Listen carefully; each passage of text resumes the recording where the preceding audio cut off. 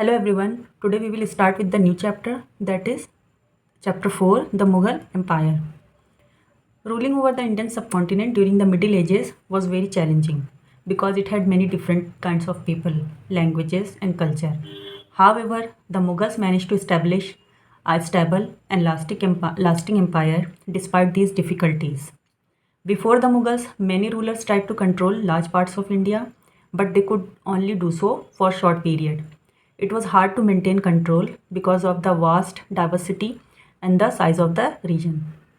Starting in the late 1500, the Mughal began expanding their rule from Agra and Delhi. By the 1600, they had control over almost the entire Indian subcontinent.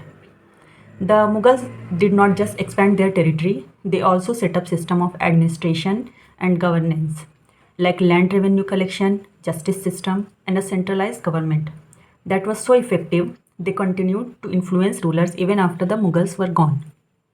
They left a lasting legacy. One clear example of this legacy is the Red Fort in Delhi. It was the Mughal emperor's residence, and even today, the Prime Minister of India addresses the nation from its ramparts every Independence Day. Now, the question arises, who were the Mughals? The Mughals were a powerful dynasty of rulers who came to India from Central Asia. They were related to two famous historical figures. From their mother's side, they were descended from Genghis Khan, the great Mongol ruler who controlled large part of China and Central Asia. From their father's side, they were descended from Timur, who ruled over areas like Iran, Iraq, and modern day Turkey. So, why they avoided the name Mongol or Mughal? Even though they were connected to Genghis Khan, the Mughals did not like being called Mongols or Mughal because Genghis Khan was known for massacre and destruction, and his name reminded people of the violence and fear. The term Mongol was also associated with the Uzbeks, who were rivals of the Mughals. Now, pride in Timuride ancestry. They took pride in Timuride ancestry. Instead, the Mughals preferred to emphasize their connection to Timur because the Timur was a famous and respected conqueror. He also once captured Delhi in 1398. So the Mughals saw this as a symbol of power and legacy in India. Now the Timur is also sometimes referred to as Taimur. Now the next section is Mughal military campaigns. Mughal military campaigns. Now let's break this section by looking at the Babur's beginning and then explore some patterns and relationship during the Mughal period that the text is hinting at. Now the Babur was the first Mughal ruler from 1526 to 1530. Now Babur became the ruler of Fargana, which is in present-day Uzbekistan, at just 12 years old. He lost his throne due to an attack by the Uzbeks, another powerful Mongol group. After years of wandering, he captured Kabul in 1504. In 1526, Babur defeated Ibrahim Lodi, who was a Sultan of Delhi, at the First Battle of Panipat, gaining control over Delhi and Agra. This marked the beginning of the Mughal Empire in India. So why Mughals see Afghan as a threat? Now, the Afghans often challenged Mughal rule. For example, after Babur's, rulers like Sher Shah Suri, who was an Afghan, defeated Humayun and took over the Mughal throne for some time. This shows that the Afghan remained a strong and immediate threat to Mughal power for a long time. So how are the Mughals' relationship with Ahoms, Sikh, Mewar and Marwar? Now these groups and region had tense or complex relation with the Mughals. Now, if we take the Ahoms who were in Assam, they resisted Mughal expansion. Many battles were fought. Now, for Sikhs, at first they had peaceful relation, but tension arose especially during Aurangzeb's reign, leading to major conflicts. Now, Mewar and Marwar were basically in Rajasthan. These Rajput kingdoms had fluctuating ties with the Mughals, sometimes allies like under Akbar, sometimes in conflict like especially under Aurangzeb. Let's see how was Humayun's relationship with Safavid Iran, which was different from Akbar's. Now Humayun, after losing his throne to Sher Shah Suri, he sought help from Safavid Iran and received military support to regain his empire. So his relation with Iran was more dependent and political. While Akbar, his son, was much more powerful and independent. His relation with Iran was diplomatic and equal, not based on seeking help. Now, Aurangzeb and Deccan. Aurangzeb spent many years trying to conquer Golconda and Bijapur, two powerful kingdoms in the Deccan. Though he did annex these regions, conflict didn't end. In fact, his long campaign drained the empire's resource and led to further rebellion, leading, leading to the decline of the Mughal Empire, and this period also saw the rise of the Marathas. The Mughal Empire was not just about victories, it involved constant challenge from various groups. The empire's strength and survival depended on how the rulers managed these relationships. While Babur started the empire with military strength, later rulers had to use a mix of war, diplomacy, and alliance. Now here, names of the main Mughal emperors and their timeline is given. Take a look at this. Like first, Babur came here, who lasted from 1526 to 1530, and the last ruler was Aurangzeb, 1658 to 1707. After that, the Mughal Empire started to decline. Now this map shows the major military campaign carried out by the Akbar and Aurangzeb.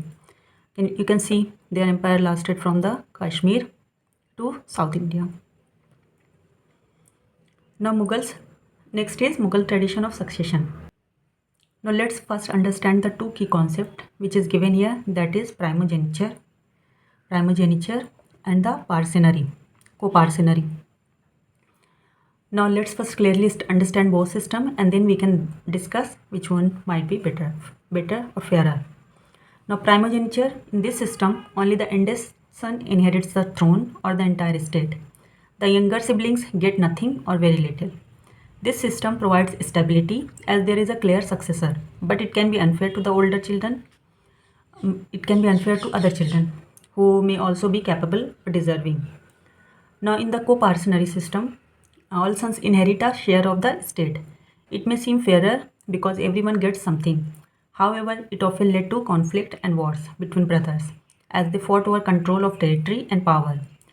For example, in Mughal history, rulers like Aurangzeb, Dara Shikoh and others fought among themselves for the throne. They followed the system of the co-parcenary. Which is fairer? As the question is asked here, which system is fairer? Now, it depends on how you define fair. Primogeniture is clear and stable, but can feel unjust to younger sibling. Co-parcenary is equal in sharing, but often lead to division, conflict, and instability. Next is Mughal relations with the other rulers.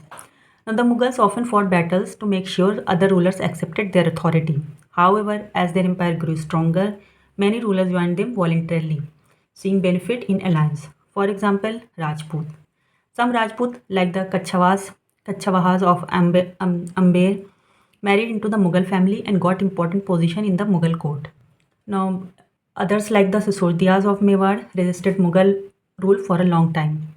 Now, once defeated, the Mughals treated them with honor. They returned their land, called Watan, as Jagirs, Jagirs meaning land given in return for service. This strategy of respect helped the Mughal build long-lasting alliance. The Mughals believed in defeating their enemies but not humiliating them. This kept relation peaceful and helped the empire grow. But this balance was hard to maintain all the time. Let's see the case of Aurangzeb and Shivaji. Shivaji, the great Maratha ruler, came to accept Mughal authority and met Aurangzeb. However, Aurangzeb insulted Shivaji by not giving him proper respect and placing him under house arrest. Shivaji escaped from Mughal captivity. He returned to the Deccan, declared independence, and fought strongly against the Mughals. This became a start of a long and powerful Maratha resistance, which became one of the biggest challenges to the Mughal Empire. Aurangzeb's mistake by insulting instead of respecting caused major rebellion. It shows how important the Mughal policy of defeating with dignity really was. When that policy was ignored, it led to a loss of trust and great conflict. Next is Mansabdar and Jagirdars. Now, who are the Mansabdars? The Mughals ruled over a large empire, so they needed many people to help govern it. They recruited people from various backgrounds: Turkish, which were also called as Turanis, Iranians, Indian Muslims, Afghans, Rajput, Marathas, etc. Anyone who joined Mughal service became a Mansabdar. So what is a Mansab? The word mansab means rank or position. So a mansabdar was someone who held a rank in the Mughal administration. Now let's see how the mansabdari system worked. Now there is one term mentioned, Zat. Zat, it was a number given to each mansabdar to determine their status, salary and importance in the empire. The higher the Zat, the more powerful and wealthy the mansabdar. Each mansabdar had to maintain a certain number of cavalrymen. Cavalrymen means soldiers on horseback, called sawar. These soldiers were inspected, their horses branded, and they were paid by the mansabdar using the money given by the state. So what is a Zagir? Mansabdar did not receive cash directly. Instead, they were assigned a Jagir, a piece of land from where they could collect taxes. This land was not owned by them, but they had right to its revenue. They usually did not live in these lands. Their servants collected the tax while they were posted elsewhere.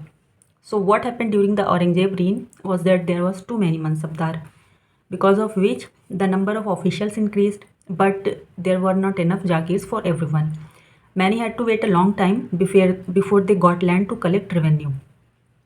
Now, Jagir value also dropped. The revenue from the Jagirs was often less than promised. So the Mansabdar got less money. Now, since Jagirdar knew they had limited time with the land, many tried to collect as much tax as possible, even if it meant burdening the peasants. Heavy taxation and pressure led to widespread suffering among farmers. This weakened the empire internally, especially as Aurangzeb struggled to control these developments. Now the next system is Zabt and Zamindars. It was a main source of Mughal income. It was the biggest source of money for the Mughal rulers. It was a tax on agriculture produce, that is crops grown by peasants. But the empire did not collect it directly. The tax was mostly collected through local people like village headman or chief. So who were zamindars? The Mughals used the word zamindar for all kinds of local intermediaries, whether they were a small village headman or powerful land-owning chieftains. The zamindars were responsible for collecting taxes from peasants and giving a portion to the state. So what is a zabt? Zabt was the system of tax collection developed under Akbar's reign. His finance minister Todar Mal surveyed land, crop yield, prices and area of cultivation. This survey was done over 10 years. Now based on this, the tax was fixed in cash for each crop. Each region had its own revenue rates depending on what was grown. Zabt worked only in areas where the Mughals had strong control and could keep detailed records like northern India. It did not work well in faraway provinces like the Gujarat and Bengal where administration was weaker. Now let's see the problem with the zamindar. In some areas, zamindars became very powerful. Sometimes zamindars and the peasants of the same caste teamed up and fought against Mughal control. These revolts increased from the late 1600, especially as the empire started to weaken under Aurangzeb. These zamindar peasant uprising hurt the stability of the Mughal empire.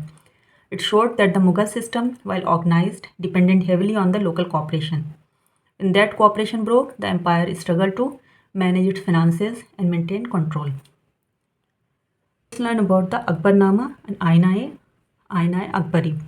This paragraph explains how Akbar, the third Mughal emperor, wanted a detailed and official record of his rule and achievement. To do this, he asked his close friend and courtier Abul Fazl to write a history of his reign. The result was a monumental work called the Akbarnama, written in 3 volumes. The first volume was about Akbar's ancestor. It describes the history and background of Akbar's family. It includes the story of Babar and Humayun. It shows how Akbar came from a powerful and noble lineage. The second volume, The Events of Akbar's Reign, give a detailed record of important events, battles, policies, and Akbar's personal achievement. It helps us understand how Akbar expanded his empire, dealt with enemies, and governed. Now, the third volume, which is Aina-e-Akbari, Institutes of Akbar, focuses on Akbar's administration, how he ran the empire. It talks about the army, revenue system, the royal household, geography of the empire, daily life, and culture of Indian society. One of the most interesting part is its statistical information, like crops grown, crops yield, prices of good, wages of worker, and revenue collected. So why is it important? It is one of the most reliable source for understanding life in 16th century India. It shows Akbar's interest in knowledge, order, and governance. It helps historians know not just about rulers but also about the everyday lives of people. Next, we will take a closer look at Akbar's policies. Closer look at Akbar's policies. Now, Akbar's administration is described in detail by Abul Fazl in the Akbarnama, especially the Ain-e-Akbari. The empire was divided into provinces called Subas. Each Suba was governed by a Subedar who had both political and military power. A Diwan managed the finances and revenue of the province. Other important officials included Bakshi, who looked after military payment, Sadar, who managed religious and charitable donation, Faujdar, military commander to maintain law and order, now Kotwal, town police officer. Now, when nobles were loyal, the system ran smoothly. Later, many nobles became powerful, formed their own network, and loyalties weakened, leading to problem for the empire. Now, here Noor Jahan's influence is mentioned in Jahangir's court. Let's take a brief look at the Akbar's religious policy, that is Sule-Kul, meaning universal peace. During his stay in Fatehpur Sikri in the 1570, Akbar invited scholars of different religion to debate in the Ibadat Khana, meaning house of worship. These included Muslim scholars, ulema, Hindu Brahmanas, priests, and Zoroastrians. He observed that many religious leaders were intolerant and focused only on rigid rituals. This made him realize the religious division caused disharmony in his empire. Now, after that, Akbar promoted the idea of Sule-Kul, which means universal peace. It promoted tolerance and respect for all religions. It emphasized universal values like honesty, justice, and peace. This inclusive and ethical way of governing was supported and developed further by Abul Fazl and later followed by Jahangir and Shah Jahan. Now, the next is the Mughal Empire in the 17th century and after. In this, we see the rise, peak, and eventual decline of the Mughal Empire in the 17th century and beyond. The Mughal Empire was rich and well organized. Its administration and military strength brought economic and commercial success. Foreign travelers often described it as a land of wealth and luxury. However, they were also shocked by the extreme poverty seen alongside great riches. This was huge economic inequality. For example, during Shah Jahan's reign, only 445 top mansabdar out of 8,000 total held 61.5% of the empire revenue as salary. This means that only 5.6% of the nobles had control over more than half of the wealth. The emperor and mansabdar spent large sums on salaries and luxury goods. This benefited artisans and peasants because they produced the goods. But the peasant and artisan stayed poor because most of the revenue went to the elite. Peasants had little money to invest in better tools and expand their network. On the other hand, merchants, bankers, and wealthier artisans did profit and grow richer. Now, decline of the Mughal central authority. In the late 1600s, Mughal nobles had huge wealth and power. As the emperor's control weakened, his servants, nobles, and governors became independent rulers. They started new dynasties in provinces like Hyderabad, Awadh. Even though they still acknowledged the Mughal emperor as their superior, for namesake, they ruled independently. By the 1700s, many regions had become politically independent, even though they were once part of the single empire. Now, during the 16th century, several great monarchs ruled powerful states across the world, each with distinctive achievements and styles of governance. Now, we will see some of the contemporaries of Akbar's, like Sultan Suleiman, who was a king from the Ottoman Turkey, who lasted from 1520 to 1566. He expanded the Ottoman Empire significantly into Europe, including Hungary and the Middle East, capturing Baghdad and Iraq. Now, Queen Elizabeth I, she defeated the Spanish Armada in 1588, securing England independence from Spanish domination. Now, there was one also, Shah Abbas I from Safavid Iran. He is regarded as the greatest Safavid monarch. He revitalized the Persian state after periods of instability. Now, there are also other kings. Now, these monarchs illustrates various approaches to governance, ranging from Suleiman's legal reforms and naval powers to Elizabeth's religious and cultural leadership, Shah Abbas' military economic revival. So their reign collectively offer models and lessons for maintaining a stable and prosperous kingdom through law, military strength, religious policy, trade, diplomacy, and cultural patronage. Now let's discuss this question. You have inherited a king. Remember, Babur and Akbar were about your age when they become rulers. How would you make your kingdom stable and prosperous? Now, inheriting a kingdom at a young age, much like Babur and Akbar, present both a challenge and opportunity. To ensure the stability and prosperity of the kingdom, a systematic and inclusive approach to governance would be essential. My strategy was focused on good governance, security, economic growth, social welfare, and inclusive national building. Inclusive nation building. Good governance meaning building a merit-based, decentralized administration. For security, disciplined army, efficient intelligence network is necessary to safeguard both internal stability and external borders. Now the next is match the following. Now mansab is rank. Mongols were Uzbeks. Sisodiya Rajput belonged to Mewar. And Rathore Rajput belonged to Marwar. Now Noor Jahan was Jahangir's wife. Now Subedar was governors. Now fill in the blanks. The capital of Mirza Hakim, Akbar's half brother, was Kabul. The 5 Deccan Sultanate were Berar, Khandesh, Ahmednagar, Bijapur, Golconda. If Zat determined a Mansabdar's rank and salary, Sawars indicated his number of cavalrymen to be maintained. Now Abul Fazl, Akbar's friend and counselor, helped him frame the idea of Sulekul so that he could govern a society composed of many religions, cultures and caste. Now the next question is, what were the central provinces under the control of the Mughals? The Mughal emperor divided the empire into large administrative units called Suba.